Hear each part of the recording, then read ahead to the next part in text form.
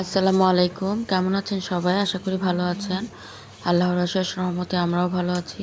চলে আসলাম নতুন একটি ভিডিও নিয়ে। ওই তো দুপুরের থেকে শুরু করলাম। দুপুরের পর থেকে এখানে আমি তো আলুর চপ বানাবো। আলুর চপের জন্য আলু সিদ্ধ করে এখন ভর্তা বানিয়ে নিচ্ছি। তো ভর্তার জন্য পেঁয়াজ ভেজে নিলাম। পেঁয়াজ ভেজে শুকনা মরিচ আর ধনিয়া পাতা সরিষার তেল দিয়ে আলু ভর্তাটা বানাবো। আর এদিকে মিষ্টি কুমড়া ভাজি করব। মিষ্টি কুমড়া কেটে কুটে নিয়েছি। তারপরেই তো আলু ভর্তাটা বানিয়ে এরপর চপের জন্য গোল গোল করে রাখলাম। তো কিছুটা রেখে দিব, আরেকদিন ভাজা যাবে, আর বাকিটা কয়েকটা ভাজবো। আর এখানে বুট গরম করে নিচ্ছি। তো বুটটা একদিনই অনেকগুলো রান্না করে নিয়েছিলাম। আর এগুলো হচ্ছে ডাল বাটা আর বেসনও গুলিয়ে নিলাম।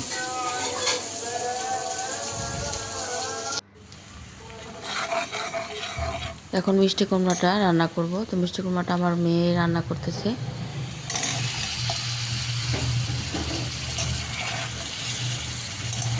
মানে মিষ্টি কুমড়াটা ভাজি।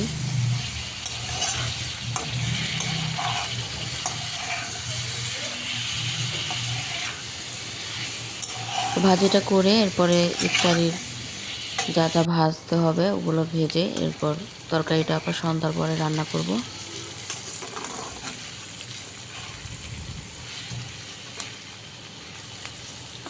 তো ভাজিটা তো নামানোর আগে ধনিয়া পাতা দিয়ে দিল। ভাজিটা হয়ে গেছে। আর এদিকে আমার মেয়ে, ছোট মেয়ে শরবত গুলিয়ে নিচ্ছে ট্যাং দিয়ে।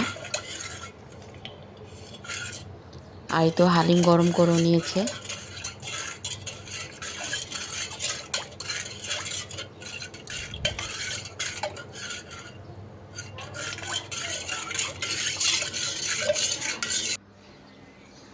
এরপরে তো দুই মেয়ে মিলে আজকের ইফতারটা সব কিছু রেডি করে নিল। তো ফল ফ্রুটস সব কেটে কেটে নিছে, ফলটা রেখে দিবে। আর শরবতটা গুলিয়ে নিল। শরবতে চিয়া সিড আর ইসবগুলের ভুসিও দিয়ে দিছে। এতে যে ইসবগুলের ভুসিটা দিয়ে দিচ্ছে। তো মেয়ে প্রতিদিনই শরবত বানায়, এখন আর দেখাতে হয় না, খুব সুন্দর করে শরবত বানাতে পারে। আর এইদিকে বড় মেয়ে আলুর চপ ভেজে নিচ্ছে। আলুর চপ আজকে ডিম চপ ভাজবো না, কারণ ডিম সিদ্ধ করা হয়নি ডিমটা। তা আলুর চপ, বেগুনি আর পেঁয়াজও ভেজে নেবে।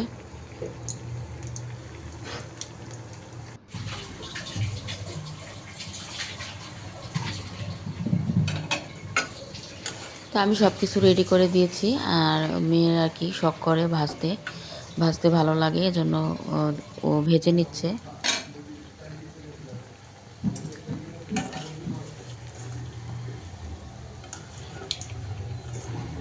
তা এখন পেঁয়াজগুলো ভেজে নিল।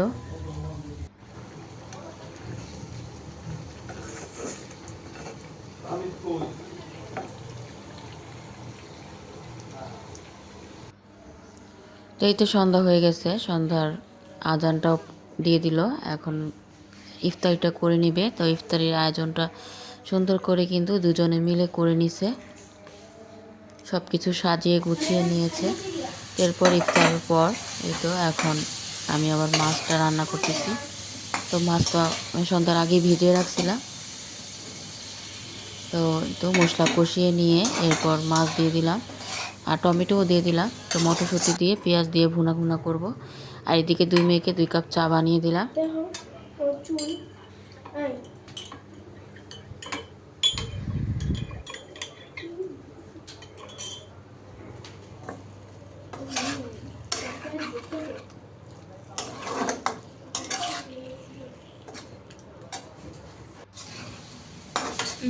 এরপরে তো মটরশুঁটিও দিয়ে দিছি। এখন একটু ঝোলের জন্য অল্প করে পানি দিয়ে দিব, যাতে করে মটরশুঁটিটা সিদ্ধ হয়ে যায়।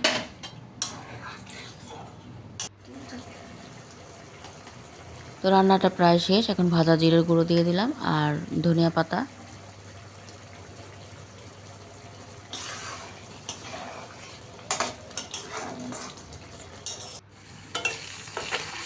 এরপর মেয়ে বলতেছে মাছ খাবে না, ও ডিম রান্না করে খাবে। তো ও নিজে নিজে ডিম রান্না করতেছে। তো 2টা ডিম তো রাইস কুকারে সিদ্ধ করে নিয়েছে।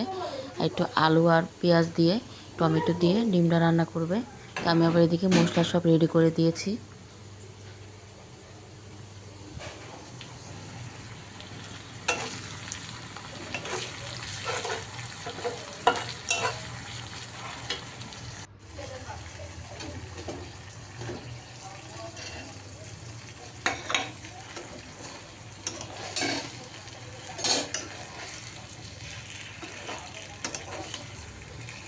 তো ডিমে দেওয়ার জন্য আলুটা গোল গোল করে কেটে নিয়েছে। আর এদিকে আমি ভাত বসাই দিলাম। সন্ধ্যা রাত আর সেহরির জন্য একবারই ভাতটা বসালাম, একটু দেরিতে বসাইছি, 9টার পরে 9:30টার দিকে ভাতটা বসাই দিলাম। এমন টাইমে রান্না করলে তাহলে ভাতটা গরম গরমই থাকে। এরপরে তো আলুটা কষিয়ে নিয়ে ঝোলের জন্য পানি দিয়ে এখন ডিমটা দিয়ে দিল। আর এদিকে আমার ভাতটাও বলক এসে গেছে। তো সবশেষেই তো ধনিয়া পাতা আর ভাজা জিরার গুঁড়ো দিয়ে দিল। ডিমটা প্রায় হয়ে গেছে।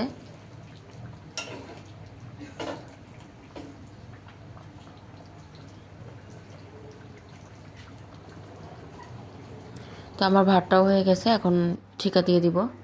এরপরে তো গরম গরম ডিম রান্না করে ভাত রান্না করে এখন দুজনে মিলে খেয়ে নেবে। তো ওরা দুজনের একজনও মাছ খাবে না।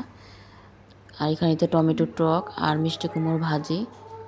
তো মাছ এজন্য মাছ দিলামও না, ওরা ডিম দিয়েই খাবে। আজকের মতো ভিডিওটি এই পর্যন্তই ছিল। তো আবার চলে আসবো নতুন কোনো ভিডিও নিয়ে। আজকের মতো সবাই ভালো থাকেন। আল্লাহ হাফেজ। আসসালামু আলাইকুম।